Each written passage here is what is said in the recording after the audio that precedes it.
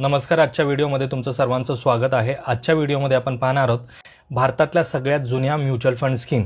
या व्हिडिओमध्ये आपण पाहणार आहोत ह्या स्कीम किती जुन्या आहेत, ह्या स्कीम आपल्याला किती % रिटर्न देत आहेत आणि आता ह्या स्कीम कोणत्या नावाने ओळखल्या जातात आणि या स्कीममध्ये जर तुम्ही तेव्हापासून इन्व्हेस्ट केले असते तर आता तुमच्या पैशांची व्हॅल्यू काय झाली असती, ते सगळं या व्हिडिओमध्ये आपण डिस्कस करणार आहोत. तर चला व्हिडिओला स्टार्ट करूयात. पण व्हिडिओला स्टार्ट करण्याअगोदर जर तुम्ही चॅनलवरती नवीन असाल आणि चॅनलला अजूनही सबस्क्राईब केलं नसेल तर चॅनलला सबस्क्राईब करून ठेवा, म्हणजे असेच इन्फॉर्मेटिव्ह व्हिडिओज तुम्हाला सगळ्यात अगोदर पाहता येतील आणि मला सुद्धा असे व्हिडिओज बनवायला मोटिवेशन मिळेल. तर चला व्हिडिओला स्टार्ट करूयात.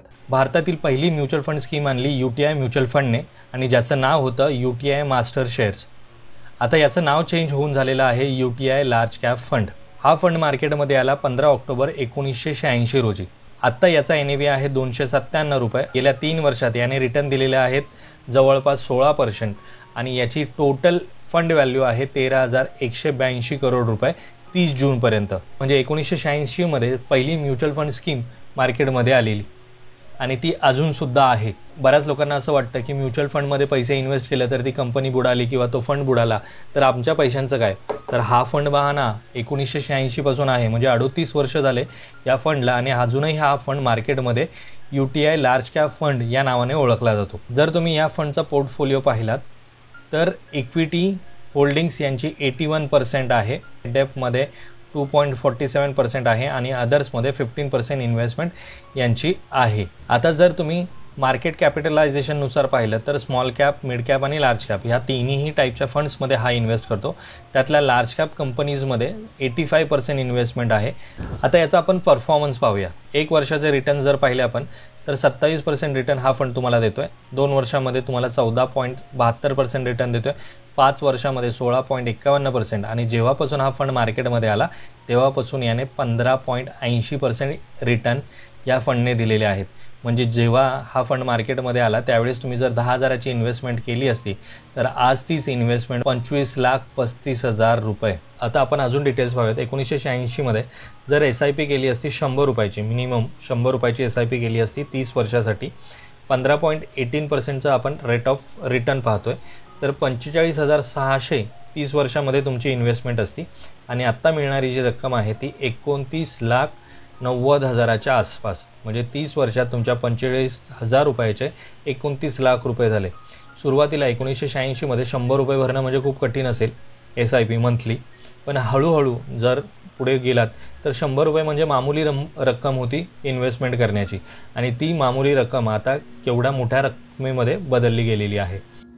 यानंतरचा फंड आहे SBIचा ECG फंड. या फंडची फंड व्हॅल्यू आहे ₹5,874 करोड. हा फंड मार्केटमध्ये 1 जानेवारी 1991 मध्ये आला. म्हणजे आत्ता त्याला 33 वर्षापेक्षा जास्त वर्ष झालेले आहेत या फंड मार्केटमध्ये येऊन. या फंडचा आत्ता NAV आहे ₹239 आणि मी हे सगळं त्यांच्या ऑफिशियल वेबसाईटवरती तुम्हाला दाखवतोय. 5 वर्षाच्या पूर्वी ₹101 व्हॅल्यू होती आणि आता त्याची व्हॅल्यू झालेली आहे ₹239. डबल झाले पैसे 5 वर्षात. आता या फंडचे फंड मॅनेजर आहेत रोहित शिंपी आणि प्रदीप केसवन, हे 2 फंड मॅनेजर आहेत. पोर्टफोलिओचा जर तुम्ही ब्रेकअप पाहिला तर HDFC bank, Infosys, ICICI bank, axis bank, Larsen and turbo ह्या भारतातल्या टॉपच्या ज्या कंपनीज आहेत त्या कंपनीजमध्ये यांची इन्व्हेस्टमेंट आहे. आणि सेक्टर वाईज ॲलोकेशन पाहिलं तर फायनान्शियल सर्व्हिसेसमध्ये 34%ची इन्व्हेस्टमेंट आहे. इन्फॉर्मेशन टेक्नॉलॉजी म्हणजे IT मध्ये यांची 16% इन्व्हेस्टमेंट आहे. ऑटोमोबाईल्समध्ये 10% आणि कॅपिटल गुड्समध्ये 10%. जर इथेच तुम्ही पाहिलं तर इथेच त्यांची 60%पेक्षा जास्त इन्व्हेस्टमेंट या पहिल्या 4 प्रोडक्टमध्येच आहेत. त्यानंतर construction material, consumer durable, consumer services या सगळ्या टाईपच्या सर्व्हिसेसमध्ये यांची इन्व्हेस्टमेंट आहे. या फंडचा परफॉर्मन्स जर पाहिला तर गेल्या 1 वर्षामध्ये याने 31% रिटर्न दिलेले आहेत. 3 वर्षामध्ये 16%, 5 वर्षामध्ये 16%. जेव्हापासून हा फंड मार्केटमध्ये आला तेव्हापासून याने 15%च्या आसपास रिटर्न दिलेले आहेत. एवढे जुने म्युच्युअल फंड्स मार्केटमध्ये अजूनही आहेत जे काम करतायत आणि लोक त्यामध्ये इन्व्हेस्ट सुद्धा करता आहेत. हा एक थीमॅटिक फंड आहे आणि या फंडबद्दल जर तुम्हाला काही अजून डिटेल्स हवे असतील तर त्यांच्या ऑफिशियल वेबसाईटवरती हे असं डॉक्युमेंट तुम्हाला मिळेल जे तुम्ही डाउनलोड करून व्यवस्थित पाहू शकता की कुठे किती इन्व्हेस्टमेंट केलेली आहे. तर इथे बघा लार्ज कॅपमध्ये यांची 72% इन्व्हेस्टमेंट आहे. 19% इन्व्हेस्टमेंट ही मिड कॅपमध्ये आहे. स्मॉल कॅपमध्ये 4% आहे. 16% इन्व्हेस्टमेंट ही फॉरेन इक्विटी शेअर्समध्ये आहे आणि कॅशमध्ये 2% आहे. यानंतरचा सर्वात जुना फंड आहे UTI फ्लेक्झिकॅप फंड. या फंडची फंड व्हॅल्यू आहे 25,696 करोड रुपये. हा डेटा 30 जूनपर्यंतचा आहे. आत्ता त्याचा NAV आहे 332 रुपये. आपण 5 वर्षाचा डेटा इथे पाहतोय. 5 वर्षापूर्वी 140 रुपयाच्या आसपास NAV होता आणि आता तोच NAV 332 रुपये पोहोचलेला आहे. म्हणजे 5 वर्षातच त्याने 19% आसपास रिटर्न दिलेले आहेत.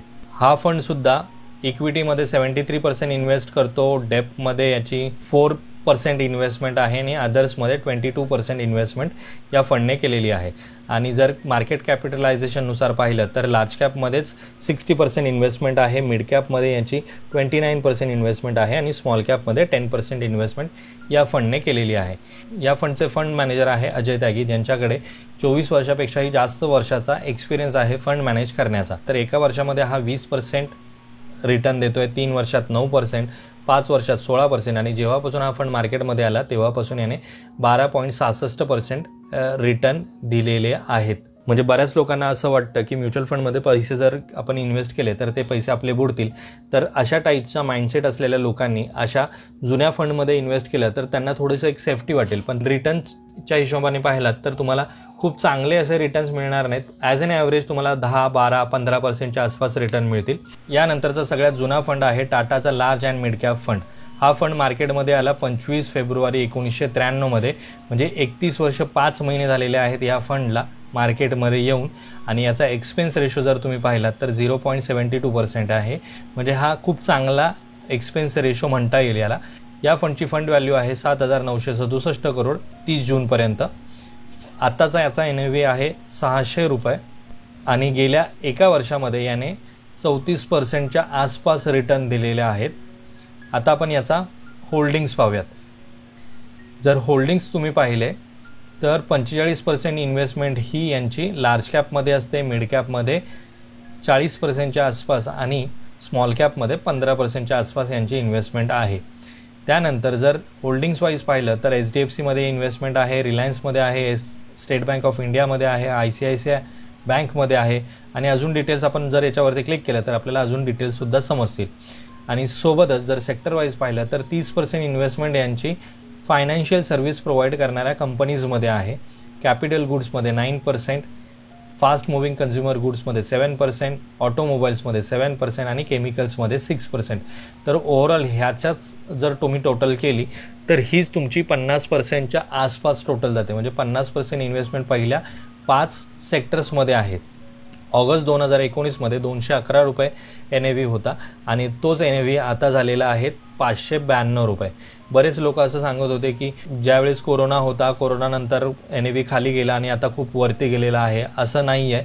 जेव्हापासून हा फंड मार्केटमध्ये आला तेव्हापासूनचा जर तुम्ही ग्राफ पाहिला तर हा असा ग्राफ वर जाणाराच आहे, खाली जाणारा नाही आहे. आणि आता जर तुम्ही रिटर्न्स विचाराल तर एका वर्षामध्ये मगाशी सांगितल्याप्रमाणे 34% रिटर्न देतोय, 3 वर्षात 21% रिटर्न देतोय, 5 वर्षामध्ये 20% आणि जेव्हापासून हा फंड मार्केटमध्ये आला तेव्हापासून याने 17.83% रिटर्न दिलेले आहेत. म्हणजे हे खूप चांगले रिटर्न म्हणता येतील सगळ्यात जुन्या फंडपैकी. समजा 2000 साली मी 1000 रुपयाची SIP सुरू केली असती 2000 साली आणि 24 वर्ष झाले म्हणजे आत्तापर्यंत आणि याने 17% आसपास रिटर्न दिलेले आहेत.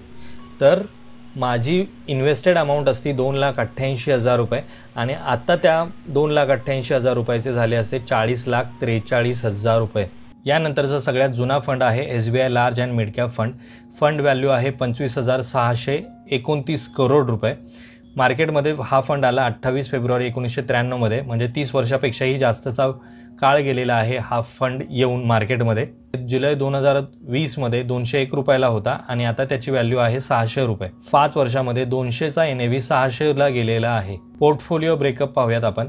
तर पोर्टफोलिओमध्ये जर तुम्ही पाहिलात तर सगळ्यात जास्त इन्व्हेस्टमेंट ही फायनान्शियल सर्व्हिसेसमध्ये आहे, IT मध्ये आहे, हेल्थकेअरमध्ये आहे, ऑटोमोबाईल कंपोनंट्समध्ये आहे, कन्झ्युमर ड्युरेबल्समध्ये आहे, कन्स्ट्रक्शन मटेरियल्समध्ये आहे.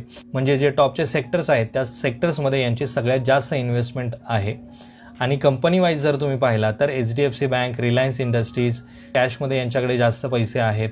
त्यानंतर ICICI bank, state bank of India, HDFC asset management company, Muthoot finance या टॉपच्या कंपनीजमध्ये त्यांची इन्व्हेस्टमेंट आहे.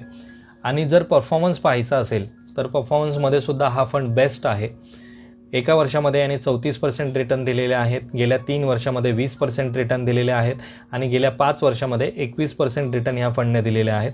आणि जेव्हापासून हा फंड मार्केटमध्ये आला तेव्हापासून याने 15% जेव्हापासून हा फंड मार्केटमध्ये आला तेव्हापासून याने 15% रिटर्न दिलेले आहेत. म्हणजे गेल्या 30 वर्ष हा फंड कंटिन्युअसली 15%पेक्षाही जास्त रिटर्न तुम्हाला देत आहे.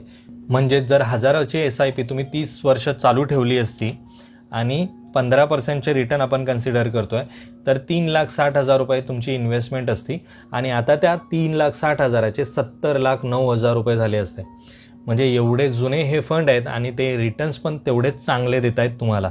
तर आजच्या व्हिडिओमध्ये मी भारतातल्या सगळ्यात जुन्या टॉप 5 म्युच्युअल फंड स्कीम्स तुम्हाला सांगितलेल्या आहेत, त्याच्या डिटेल्स सांगितलेल्या आहेत.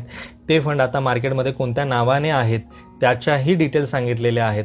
तुम्हाला जर हा व्हिडिओ इन्फॉर्मेटिव्ह वाटत असेल तर व्हिडिओला लाईक करा, चॅनलवरती जर नवीन असाल तर चॅनलला सबस्क्राईब करा. आणि जर तुम्हाला अशा जुन्या म्युच्युअल फंड स्कीमचे अजून नावं माहिती करून घ्यायची असतील तर मला कमेंट बॉक्समध्ये नक्की सांगा, मी नक्की त्यावर व्हिडिओ बनवण्याचा प्रयत्न करेल. तर चला लवकरच भेटू आपण अशाच एका इन्फॉर्मेटिव्ह व्हिडिओमध्ये. तोपर्यंत बाय बाय.